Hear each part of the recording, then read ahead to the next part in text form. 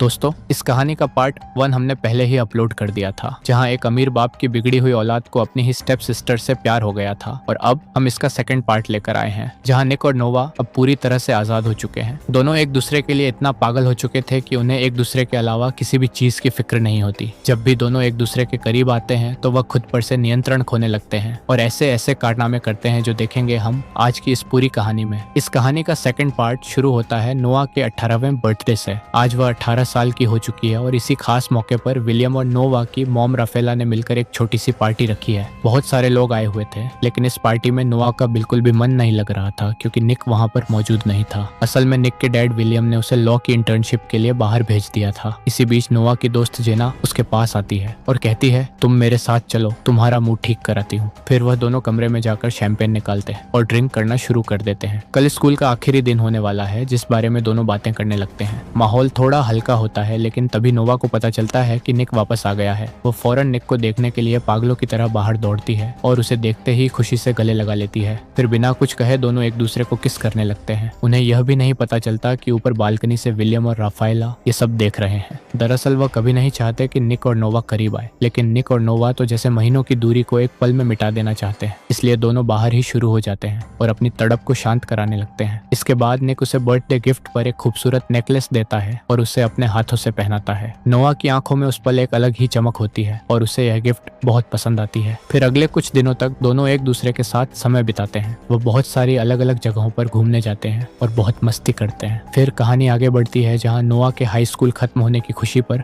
उसके दोस्त एक पार्टी रखते हैं। वहाँ सभी स्टूडेंट्स मस्ती में डांस करने लगते हैं क्योंकि हाई स्कूल के बाद वो कॉलेज में जाने वाले थे। वहीं निक का दोस्त लायन उसके पास आता है और मजाक में कहता है, हम इनसे बस 5 साल सीनियर हैं। अब ये कॉलेज में जाएंगी तो उड़ना शुरू कर देंगी और नए लड़कों के साथ मजे करेंगे। हम जैसे लोग तो काम में बिजी हो जाएंगे और ये अपने एज ग्रुप के लड़कों के साथ रंग जमाएंगी। मेरी गर्लफ्रेंड जेना भी मेडिकल कॉलेज में जाने वाली है और मैं यहाँ अपने गैराज में पड़ा रह जाऊंगा। तुम भी तो इंटर्नशिप करने फिर से बाहर चले जाओगे और नोवा यहाँ कॉलेज में रहेगी। ये लॉन्ग डिस्टेंस रिलेशनशिप बहुत सेंसिटिव होता है। ये सुनकर निक जवाब देता है कि तू टेंशन मत ले, ऐसा कुछ नहीं होगा, हम इनसे कभी दूर नहीं होंगे। फिर अगले दिन स्कूल के कॉन्वोकेशन के बाद नोवा मॉम, डैड और निक के साथ स्कूल से लौट रही होती है। रास्ते में वह देखती है कि बहुत सारे पेरेंट्स अपने बच्चों को नई नई कार्ड्स गिफ्ट कर रहे हैं। नोवा हैरान होकर कहती है, ये लोग अपने बच्चों को इतनी महंगी गिफ्ट देकर बिगाड़ रहे हैं। लेकिन तभी उसे पता चलता है कि निक और उसके मॉम डैड ने भी उसके लिए एक शानदार कार खरीदी है। कार देखकर वह बहुत ज्यादा एक्साइटेड हो जाती है, फिर लेने से मना भी करने लगती है, लेकिन निक के कहने पर यह गिफ्ट एक्सेप्ट कर लेती है। इसके बाद निक उसे ड्राइव पर ले जाता है, जहां नोआ इस नए गिफ्ट की खुशी में बहुत तेज कार चलाती है। फिर निक उसे अपना नया घर दिखाने ले जाता है और कहता है, यह घर दादाजी ने मुझे गिफ्ट किया है। अब से यह घर हम दोनों का है और तुम्हें यह जानकर बहुत खुशी होगी कि मैं इंटर्नशिप करने के लिए अब तुमसे दूर नहीं जाऊंगा और यहीं रहकर इंटर्नशिप करूंगा। और बातें करते करते निक उसे किस करने लगता है और दोनों रोमांटिक होकर धीरे धीरे एक दूसरे के करीब आने लगते हैं। उसी दौरान निक कहता है, आज से हम यहीं पर लिविंग में रहेंगे और हमें कोई भी डिस्टर्ब नहीं करेगा। ये सुनकर नोवा चौंक जाती है और उसे लगने लगता है कि निक उसके प्यार के लिए नहीं बल्कि मजे के लिए साथ रहना चाहता है। उसे गुस्सा आ जाता है और वह यह कहकर चली जाती है कि मैं 18 साल की हो चुकी हूँ और लिविंग के बारे में नहीं सोच सकती। इसके बाद रात का सीन देखते हैं, जहाँ पार्टी में निक अपने दोस्त लाइन से कहता है, मुझसे गलती हो गई यार, मुझे नोवा से अचानक ये सब नहीं कहना चाहिए था। वो लिविंग के बारे में सुनते ही मुझसे गुस्सा हो गई है। उधर नोवा भी अपनी फ्रेंड जेना से कहती है, मुझे लगा था निक मुझसे प्यार करता है, लेकिन अब उसकी हरकतें सिर्फ एक ही चीज की ओर इशारा कर रही है। इन लड़कों के प्यार में पड़ना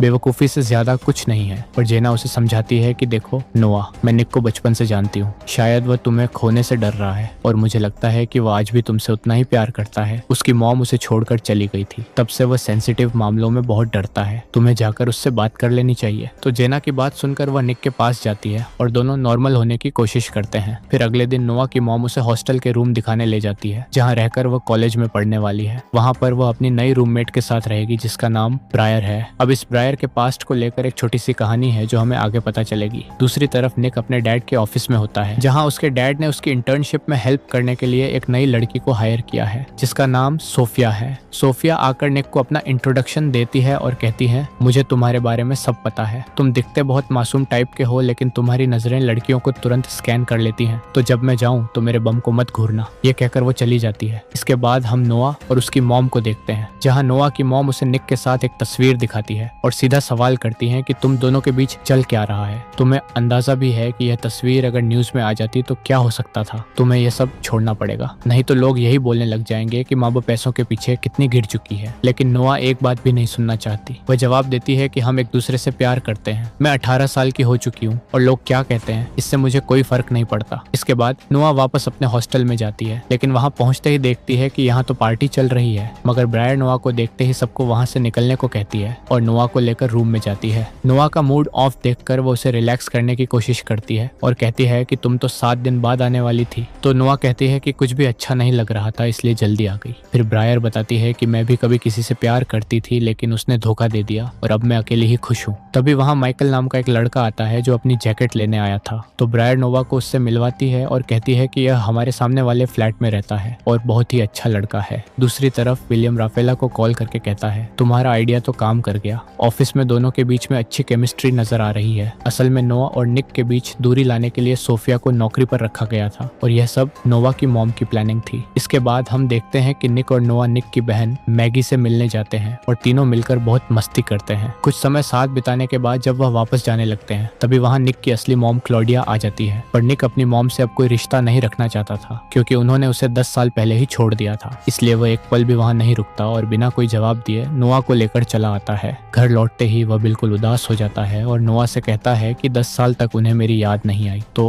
अब मुझसे मिलने क्यों आई है। निक को उदास देखकर नोआ उसे शांत कराने की कोशिश करती है और उसे प्यार से किस करने लगती है। फिर निक उसे अंदर कमरे में ले जाता है और दोनों एक दूसरे को बहुत सारा प्यार करने लगते हैं। नोआ भी इस पल को पूरी तरह महसूस करती है। इसके बाद नोआ निक को अपने हॉस्टल अपार्टमेंट में लेकर जाती है, जहाँ निक जैसे ही अंदर आता है तो उसकी नजर ब्रायर पर पड़ती है और वह चौंक जाता है। नोआ उसे बताती है कि यह मेरी रूममेट ब्रायर है, लेकिन निक के चेहरे पर हैरानी साफ थी क्योंकि ब्रायर उसकी एक्स गर्लफ्रेंड थी जिससे एक एक्सीडेंट के बाद वह अलग हो गया था। पर निक ज्यादा बात किए बिना बहाना बनाकर वहां से निकल जाता है, लेकिन गलती से अपना फोन वहीं छोड़ जाता है। इसके बाद हम निक को लायन के साथ कार में देखते हैं, जहाँ लायन कहता है कि मैं यहाँ अपने भाई के कहने पर ड्रग्स डिलीवर करने आया था, लेकिन अब डर लग रहा है। निक उसे समझाता है कि तुझे पैसे चाहिए थे तो मुझसे मांग लेता, ये सब करने की क्या जरूरत थी। मैंने नोआ से वादा किया है कि अब मैं कोई उल्टा सीधा काम नहीं करूंगा, इसलिए मैं तेरे साथ अंदर नहीं चल सकता। पर फिर भी दोस्ती निभाते हुए लायन के जाने के बाद वह भी अंदर चला जाता है। वहाँ उनका सामना रोनी के भाई लूका से होता है, लेकिन तभी हम देखते हैं कि नोआ निक के फोन की मदद से उसी जगह पहुंच जाती है। लूका नोआ को देखकर गुस्से से भर जाता है और कहता है कि तेरी और तेरे बाप की वजह से